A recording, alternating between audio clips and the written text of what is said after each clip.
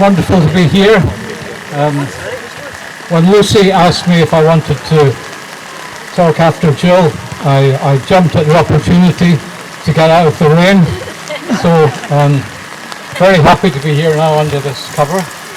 I'm not going to talk much about the actual pandemic today, because even I can't speak for half an hour about something that doesn't exist. So I prefer, actually my background is in anti-war protests in terms of politics. I organised protests in 2004 against the Iraq War in Buchanan Street and against the proposed war against Iran in 2005. I also was one of the very few people actually bothered to tell out in the streets in 2011 to oppose the bombing of Libya by NATO. By that time, notice the anti-war movement had largely disappeared. But I'd never been an anti-lockdown protester before, but then I never really expected there would be a lockdown. I mean, this is a completely bizarre situation to find yourself in. So what I really want to talk about today is what may be behind the lockdown. I mean, it's quite incredible what we're seeing. We've seen this incredibly and increasingly nonsensical and threadbare propaganda trying to convince us that we're all in terrible danger. Well, now we've been running this thing of, more and more cases, and now we've got into the flu season, so they can now have a few more people being hospitalised and a few more deaths from flu, which they can call COVID. So they're absolutely determined to keep going with this, but why on earth are they doing this? That's the question. Well, a couple of things have happened recently that have provided me with some clues and taken me back on the path towards anti-war thinking. One of them in particular is a speech by General Sir Nicholas Carter. He actually, back in March, he's very much a lockdown man. He came out in March and said he's going to mobilise the army to enforce the lockdown. That was back in March. So he's very much a lockdown man. But his recent speech, which he led together with General Petraeus, an American hawk, a neoconservative warmonger, was simply the most amazing warmongering speech you might imagine. In fact, what he was saying, firstly, he was accusing the Russians of undermining the lockdown and spreading conspiracy theories about vaccines. But he also went on to explain that he was going to form a new strategy to confront Russia and China. He's also, what is this strategy? This is the important thing. We're all aware, quite a lot of people in the movement have spoken about 5G, artificial intelligence, robotisation, the digital dictatorship, immunity passports, all this stuff, and it's always presented as if it's about social control. Well, it is about social control, but the thing that we're missing is this is also about 21st century battlefield technology. This is the key thing about it. It's always that way. They always start with, they develop these in the military-industrial complex, then they find civilian applications for it, etc. But this is essentially war technology. And what is concerning gentlemen like Sir Nick Carter is that the Chinese are way ahead in the development of digital technology. And therefore, what he wants to do is to somehow start to catch up. I mean, the gulf is really quite dramatic. China has put so many resources, so much investment into developing 5G, quantum computing, artificial intelligence, robotization, they are miles ahead of the West. Okay, what that means is when it comes to war, the West is miles behind. And this is the gulf that General Carter is trying to address. Okay, he wants the West to catch up, to start to weaponize itself from the 21st century. So what's the connection between that and the lockdown? Well, we can already see some things that are happening in the lockdown that could certainly be connected to that. One is the fact that we're seeing a monopolization of the economy. Small businesses, even quite large businesses, are being knocked out. So it looks like we're moving towards a kind of economy where there's maybe one big company in every area, okay? And really, they're just not bothering about, people who are running small business. There are millions of them in this country. They seem to be completely indifferent to them. We've also seen the way they're treating old people. This is all about scaling back and making economies of scale to try and make a leaner, fitter war economy, in fact. And of course this means that a lot of people in the movement have spoken about population control and depopulation. It is totally irrelevant to this scenario. They have no interest in keeping paying out pensions, paying out support for the disabled, for the unemployed, etc. We are seeing another phase in the Thatcher revolution, if you like. And what it is to reorientate the economy towards war.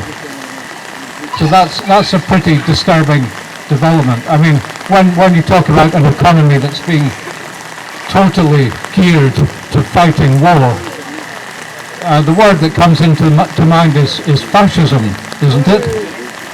So this looks very much like a kind of Fourth Reich agenda, if I can put it that way. It's interesting the connection with Petraeus, of Carter with Petraeus. So there's obviously a transatlantic connection. But something else has come up recently which confirms that. There's something called the Transition Integrity Project. I don't know if you've heard about this, but this effectively, a group of people in the USA have effectively decided they're going to have a coup d'etat against Trump. Okay, so what's going to happen is that when Trump wins the election, which presumably he will do, they're going to plan a kind of orange revolution. The same people who gave us the Iraq War. So, the same people, these people have the same concerns about having fallen behind Russia and China in military capacity. And they're also talking about the need to retool, to create a war-making force for the 21st century. So you can see elements on both sides of the Atlantic which are trying to move us towards a war economy. And as I say, this seems to tie in also with lockdown in many ways. Just one or two words about the new world order, because everyone's talking about the new world order in our movement. People are talking about how the UN are instrumentalizing all this, and we know about the role of the World Health Organization. But I think it's important that it has to be said that there is no sign of a movement towards some kind of global government at the moment. This is because the rise of Russia and China over the last 20 years have blocked that. You might remember back in '91, George H.W. Bush announced the New World Order after the fall of the Soviet Union. Right, so, but in fact, that opportunity seems to have gone. When we look at dystopian visions of the future, there are usually two. It's either 1984 or the Brave New World scenario. Well, Aldous Huxley in his book Brave New World Revisited explains the difference between the two dystopias, and he explains that the Brave New World is in fact already a global system. Okay, that is the New World Order. But of course, 1984 is something completely different. The world is divided into blocks with a permanent war or permanent military standoff. Well, what we have now is much more. It's definitely 1984. It's not the New World Order. So we're seeing the West actually retreating back into Oceania and trying to retool themselves to challenge East Asia or Eurasia. So I would say that it's an illusion really to see that the New World Order is here now. In fact, the New World Order the idea was first formulated within the British aristocracy well over 100 years ago. The First World War was an attempt to create a New World Order. The people behind that were Sir Edward Grey and Lord Robert Cecil, and their literary representative was H.G. Wells. They met on a group called the Round Table Group.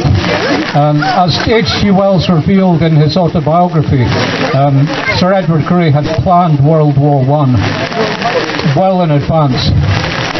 Okay, these were actually people who then later on went to support the League of Nations, which had been envisaged as a kind of global government, dominated of course by Britain and the USA. But it didn't work out. World War II was also an attempt to create a new world order. But it broke down because the German armies were defeated at the gates of Moscow in December 1941. H.G. Wells had written before the Second World War at length about the New World Order. He wrote a book called The Open Conspiracy in 1929. He wrote The Shape of Things to Come in 1933. There's also a film of that book in 1936 where you can actually see the Blitz. You can see the bombers flying over the Straits of Dover and bombing London. That's a film in 1936. H.G. Wells wasn't a prophet. He knew what was coming because he had top-level links within the British aristocracy. So, really, the precondition for a new world order is to win global war. Okay, and H.G. Wells made that quite clear. He also made it quite clear it was going to be led by London and Washington. It was going to be an English-speaking global order. That it appears, is what they're now rethinking. It's interesting because China, in a sense, could already lead a kind of world order based on their own technological advance, and probably some of the telecommunications industries in the West would go along with that. But that has been vetoed. The whole Huawei thing shows that has been vetoed. The West are not going to enter into a global partnership with China to build a new world order. They plan to defeat Russia and China. So, where does this leave us now? What it leaves us is that there is a retreat from globalization because China is now leading globalization. So the West has now retreated back, and our ruling elites are now retreated to the bunker, where they're nervously fingering their Lugers, wondering what they're going to do. And they still hope they can re-emerge as the dominant global power. I don't think they can do that. I think this is just pure fantasy. I think these are fantasists, and that they're certainly exploiting the coronavirus to try and to approach this agenda. But they have every reason to be nervous, because in order to carry through this agenda, they can only do it at the expense of the overwhelming majority of the people in this country. The agenda I'm talking about is a very sinister one. It's it's certainly a frightening one. It's not one I think they can bring off. I think that we can look forward with optimism to building this movement and to opposing whatever plans they put through. And we can already see how the movement is growing so quickly. It's quite astonishing. People aren't just going to stand by and see their livelihoods destroyed, see their businesses destroyed, see the future for their children destroyed. It's not going to happen. And we are the ones who are going to make sure that it doesn't happen.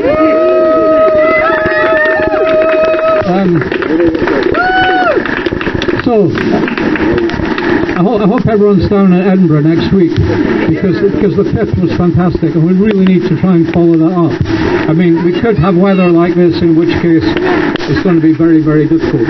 But we have to keep on moving forward. I think we need to protest once a month at Holyrood. Okay, that's one thing. We have to try and create a national movement. And Edinburgh is the capital after all. So on top of that, we've got all the local activity going on. It's great to see it happening. We're now doing pop-up protests in Glasgow. There's plenty of stuff to be done.